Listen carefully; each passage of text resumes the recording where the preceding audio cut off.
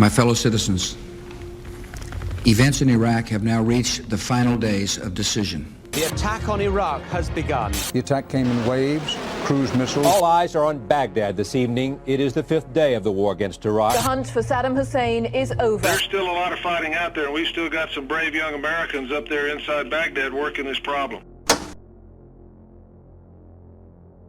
The year is 2003.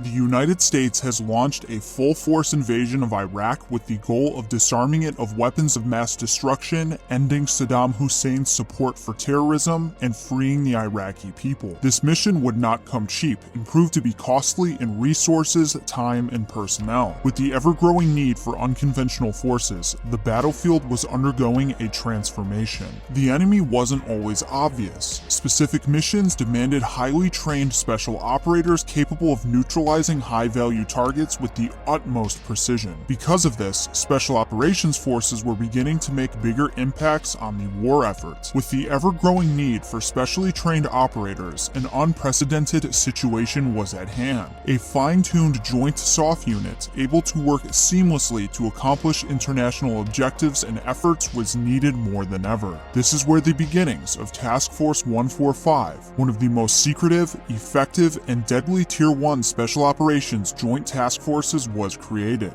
This is the story of Task Force 145.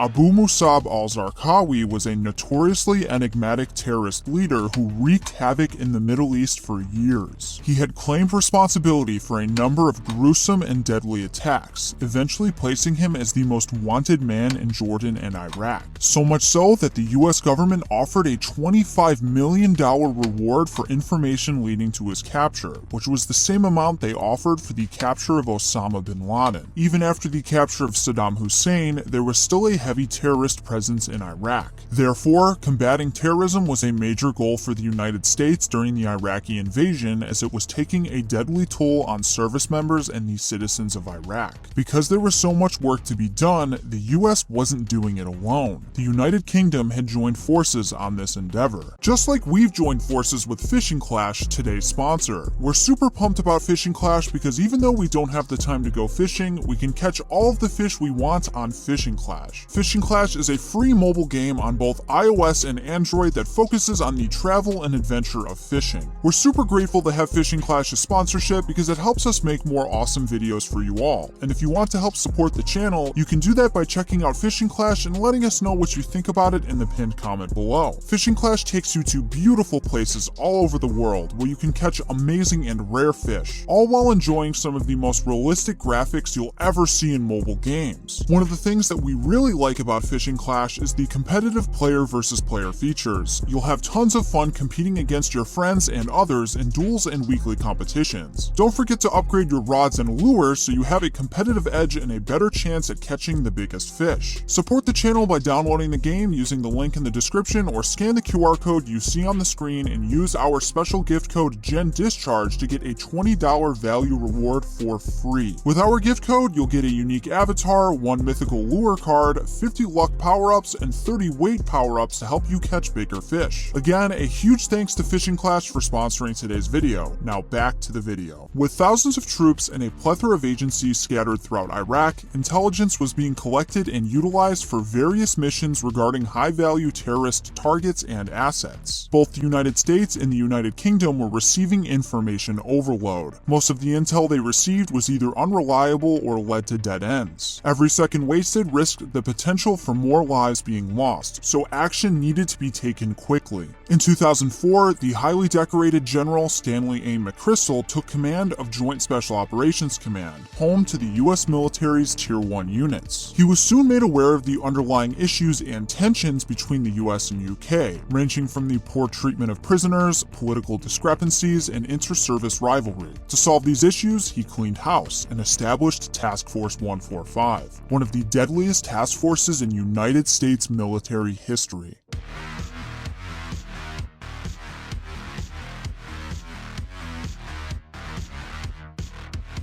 Task Force 145 was a U.S. U.K Joint Task Force consisting of a multitude of special operations units. These units range from Delta Force, SEAL Team 6, Intelligence Support Activity, Special Air Service, Special Boat Service, CIA Special Activities Center, and we're not done yet. There was also the 24th Special Tactics Squadron, 160th SOAR, MI6, FBI, Army Rangers, and the Special Reconnaissance Regiment, all together under one umbrella to form one of the most secretive special operations task forces the world has ever seen. But you can't have the best of the best elite forces all under the same roof arguing over who's calling the shots. In order to work in tandem as efficiently as possible, Task Force 145 was split into a handful of smaller task forces all under the same command. These task forces each comprised of specific special operations communities tasked with unique missions. There was Task Force Red, which consisted of Army Rangers and Delta Force operators, Task Force Blue, armed with SEAL Team 6 operators and Army Rangers, Task Force Green, made up of Delta Force operators and Army Rangers, Task Force Black, which consisted of SAS, SBS, and SRR personnel, and Task Force Orange, which was the intel element of the task force, consisting of the intelligence support activity, FBI, MI6, CIA, and other agencies. Each of these task forces worked autonomously, but ultimately in tandem, to execute various missions throughout the Middle East. But you don't just create the world's greatest task force without a damn good reason. Task Force 145 was assigned one main task: neutralize or capture terrorist mastermind Abu Musab al-Zarqawi and dismantle his al-Qaeda network. Since Zarqawi had committed atrocities so bad that even Osama bin Laden had to disavow him, stopping him as soon as possible was of the utmost importance. The secondary aim of the task force was to disrupt and degrade the operational capacity of terrorist cells in Iraq. As such, Task Force 145 was given considerable freedom to hunt down and neutralize or capture suspected insurgents. They were quite literally authorized to conduct raids without higher approval, and were able to act quickly based on the latest intelligence. This was all done through a concept known as the unblinking eye. As Sean Naylor, author of Relentless Strike, The Secret History of JSOC, once said, the task force will conduct a raid. Perhaps it will capture somebody. Perhaps it will just capture some documents, a laptop, satellite cell phone. It will immediately take the intelligence that can be exploited from that raid and use it to conduct other raids, often within hours. They call that the unblinking eye. In other words, the unblinking eye meant the operators would not wait for intelligence to be confirmed. As soon as the intel was received, they sprang into action to get the job done. The unblinking eye concept is considered a major reason for Task Force 145's repeated success.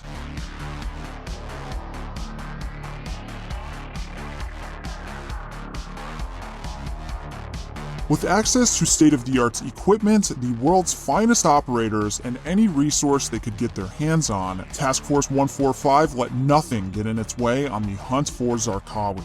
Working around the clock, day after day, by the summer of 2005, Task Force 145 was averaging 300 raids a month, hitting targets every single night. That's a whopping 10 missions every single day, and each one brought them one step closer to finding him. Eventually, Task Force 145 would turn its focus from high-value targets only to targeting even the suspected local players and middle managers in insurgent networks. Anytime there was even a smell of Zarqawi nearby, they would go out and use any means possible to get information from the source. If you enjoy our content and want to support the channel, please help us reach our goal of 5,000 Facebook followers. If you don't have a Facebook but still want to support us, please consider contributing to us on Patreon, where we have some pretty cool benefits. The links to these will be in the description and pinned comment below, or scan the QR codes on screen. However, Zarqawi proved to be an evasive adversary, managing to slip through the cracks time and time again. In fact, in some instances where they believed they were closing in on him, the operators would raid compounds or hideouts to find eggs still cooking on the stove. Although these close calls would be frustrating to deal with, Task Force 145 was still getting rid of the bad guys on their path. With each raid they conducted, they gained further data from seized documents and interrogations and used the results to conduct further raids. Eventually, things snowballed enough to where Task Force 145 would receive a big break. Intel gathered from the task force force located Zarqawi's spiritual advisor, which eventually led the task force to a suspected location of where Zarqawi was hiding out. The U.S. military quickly acted on this intel and prepared 2 500-pound bombs to be dropped onto his hideout. On June 7, 2006, while Zarqawi was attending a meeting in his safe house, one Air Force F-16 jet dropped the 2 500-pound guided bombs on the safe house, ultimately neutralizing him. Task Force 145 was one of the first groups on the scene to secure the area and locate and identify his body. The hunt for Zarqawi had finally come to an end.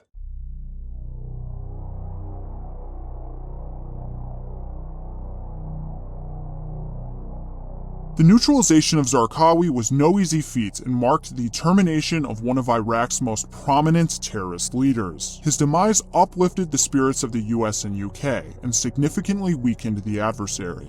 Not only did Task Force 145 achieve its primary mission of neutralizing Zarqawi, but it also succeeded in accomplishing its secondary objective. Task Force 145 apprehended thousands of terrorists and captured or neutralized approximately 200 Zarqawi associates and operatives. Make no mistake, the hunt for Zarqawi came at a cost. Task Force 145 had lost approximately 18 operators, with Delta Force suffering a casualty rate of roughly 20%, and Special Air Service with 6 troops KIA and 30 injured. Despite having accomplished their primary objective, there was still plenty more work to be done. Even though Zarqawi was out of the picture, one man's life did not signal an end to the rampant terrorism throughout the country. As Major General Caldwell said on announcing his death, "Although Zarqawi's capture is reason to rejoice, we must be cautious not to be overly optimistic, as one man's life does not signify an end to an insurgency."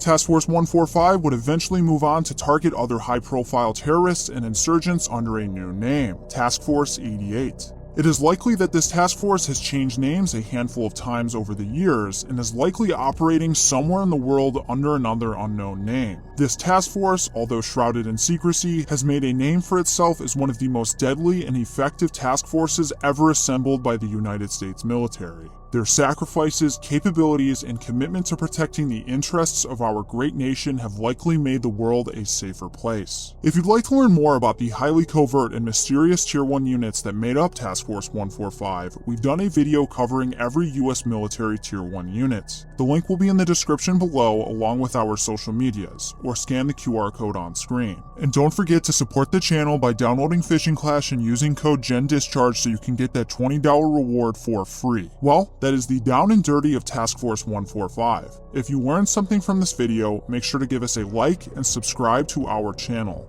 As always, thank you for watching. Do you even want to be here? A special thank you to all of our supporters in our Patreon and YouTube membership. If you'd like to be featured in our videos, consider joining and go check out the links in our description below. Your contribution is greatly appreciated and will help us create more great content. All your friends are subscribing to General Discharge, and you don't even want to be here.